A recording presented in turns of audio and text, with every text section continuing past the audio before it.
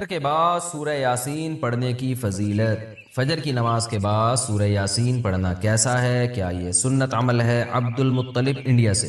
مسند دارمی کی حدیث ہے کہ نبی صلی اللہ علیہ وسلم نے فرمایا جس نے صبح سورہ یاسین کی تلاوت کی تو اللہ تعالیٰ اس کے اس طرح کے الفاظ ہیں کہ اس کے سارے کام پورے ہو جائیں گے، لیکن یہ حدیث سند کے لحاظ سے بہت زیادہ ضعیف ہے۔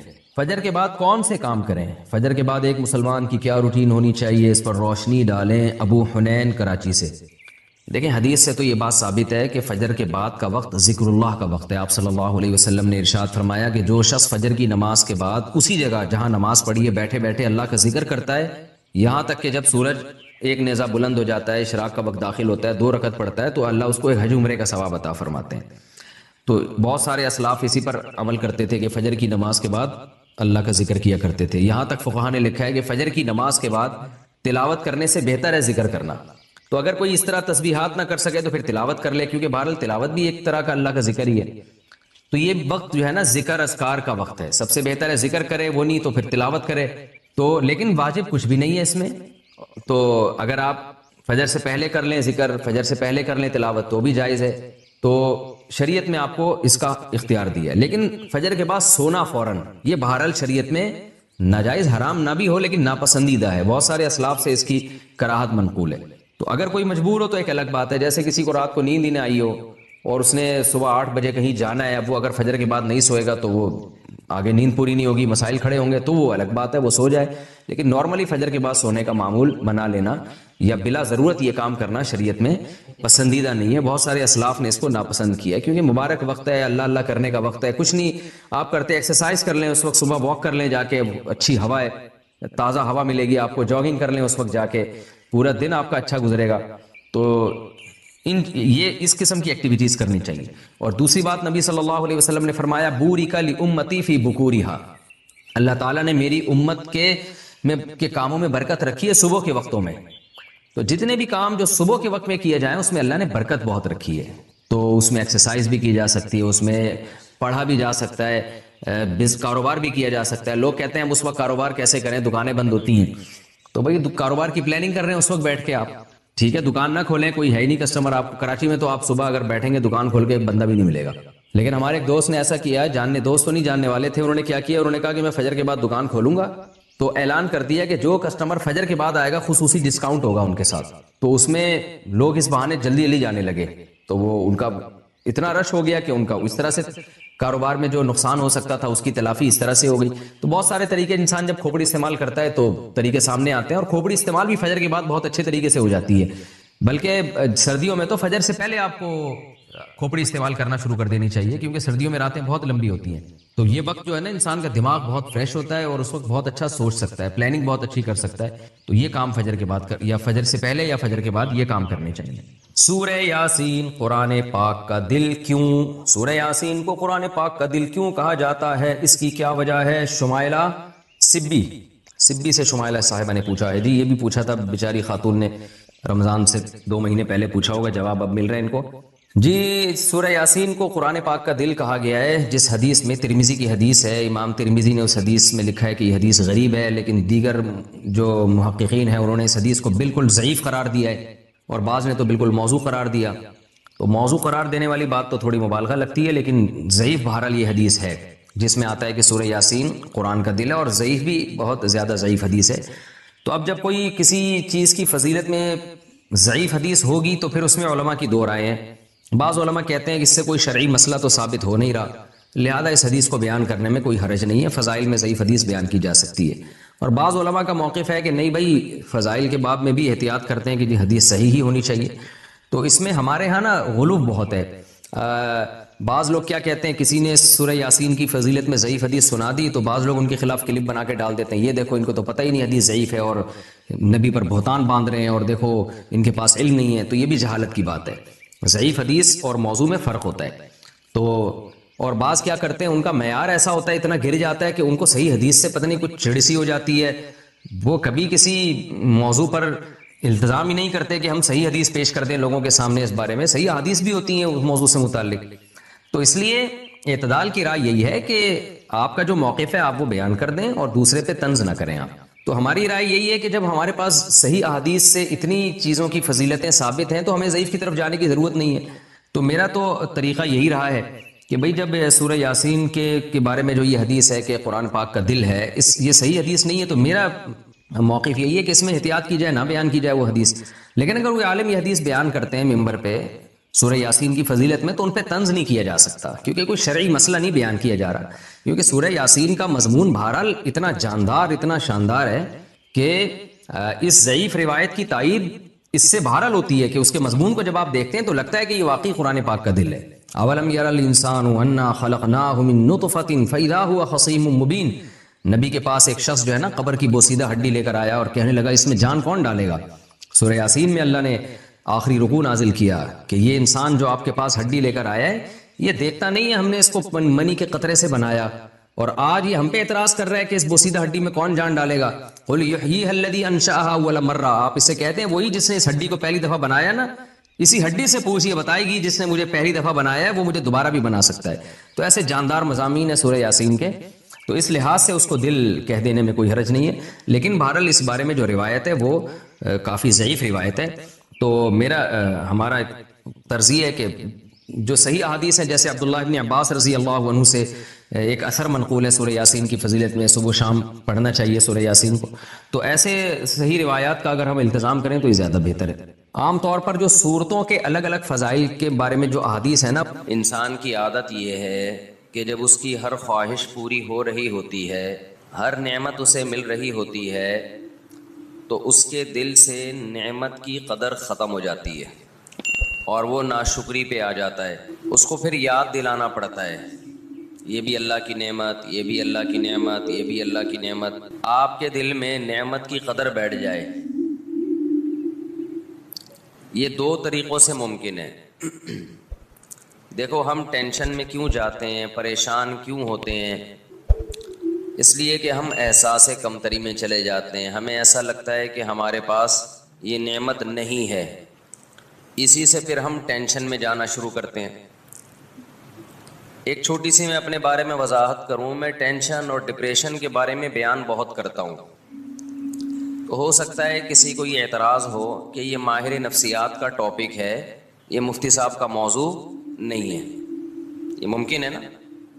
اب میں جمعے کا ہر بیان گردوں کے بارے میں کرنا شروع کر دوں، گردوں کو کیسے صحت مند رکھا جاتا ہے، کیا کھانا چاہیے کیا نہیں کھانا چاہیے، تو آپ کیا کہیں گے؟ بھائی مفتی صاحب یہ کڈنی کے اسپیشلسٹ کا ٹاپک ہے، عام ڈاکٹروں کا بھی نہیں. تو یہ مولاناؤں کا ٹاپک نہیں ہے. ایک تو یہ آپ کا ٹاپک نہیں ہے، دوسری بھائی آپ کوئی کڈنی اسپیشلسٹ ہیں کہ آپ کو اس کے بارے میں بہت زیادہ معلومات ہو. دونوں چیزیں دیکھی جائیں گی نا، یعنی آپ کی نالج بھی اس بارے میں پوری نہیں ہے، اگر ہوتی تو آپ اسپیشلسٹ ہوتے کڈنی کے. دوسرا اگر نالج ہے بھی تو یہ موضوع آپ کا نہیں ہے. ہم یہاں گردوں کے اور کڈنی کے بارے میں سننے کے لیے نہیں آتے، یہی کہیں گے نا آپ.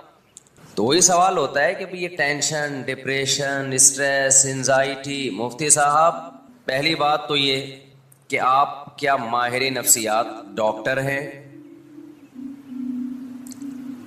جو آپ ان موضوعات پر بات کرتے ہیں؟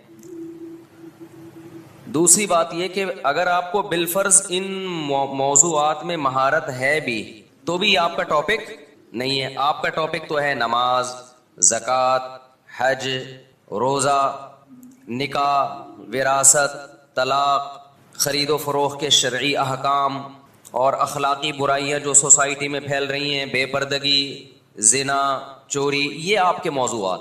کائنڈلی ڈپریشن، اسٹریس، ٹینشن، یہ کس کا ٹاپک ہے بھائی؟ بول لو یار. یہ ڈاکٹروں کا ہے. پورے 4 سال پڑھتے ہیں لوگ، 6 سال پڑھتے ہیں، پھر پاگلوں پہ پریکٹس کرتے ہیں، یا تو خود پاگل ہو جاتے ہیں یا بہت سارے پاگلوں کو ٹھیک کر دیتے ہیں.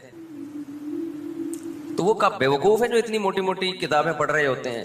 شعور، تحت شعور، وہ دیکھا ہوگا نا نفسیات کی کتابوں میں آپ نے، انکانشیس، کانشیس، پوری زندگی ان کی اسی بحث میں گزرتی ہے.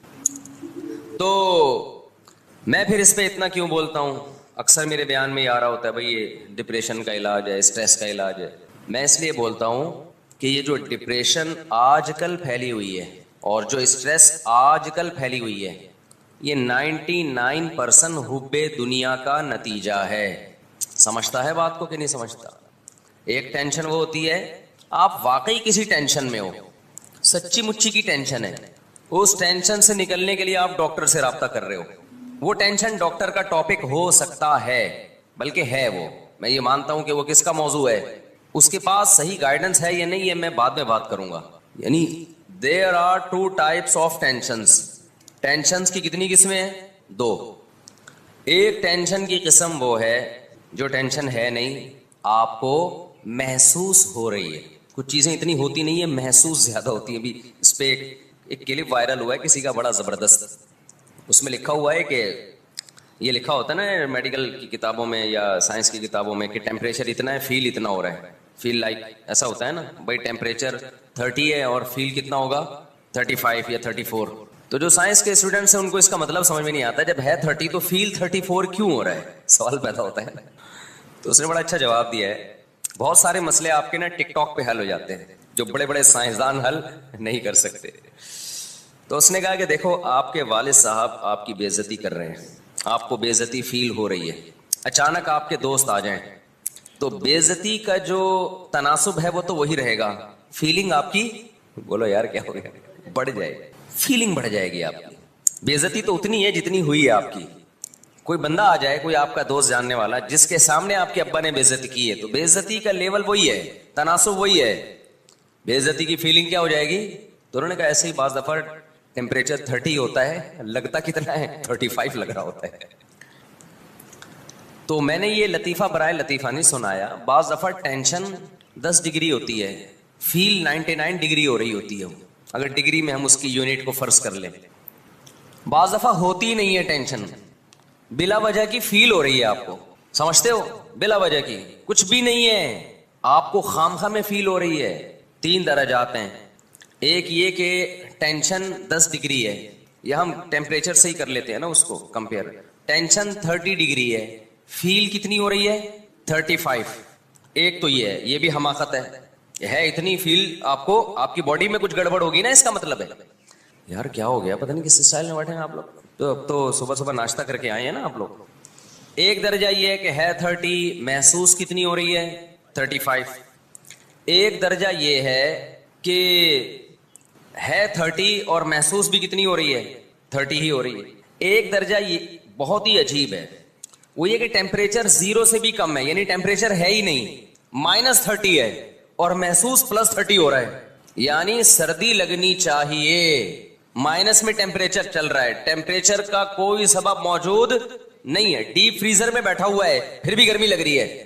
تو یہ تو پاگل پنے کی انتہا ہے یا نہیں ہے؟ کیا خیال ہے بھائی؟ یہ تو لگ رہا ہے کوئی اور ہی مخلوق ہے, یہ انسان کا بچہ نہیں ہے. ابھی پتہ ہے کیا ہے, اب یہاں میں نے جو مثال دی ہے نا اس پہ فٹ کریں اس کو. ایک تو یہ ہے کہ آپ کو جو پریشانیاں ہیں 30 ڈگری ہیں, محسوس کتنی ہو رہی ہیں 35. یہ بھی حماقت ہے یا نہیں ہے؟ جتنی ٹینشن ہونی چاہیے اس سے ڈبل ہو رہی ہے, 30 کے بجائے 60 ہو رہی ہے. چھوٹا سا غم ہے, محسوس کیا ہو رہا ہے بہت زیادہ.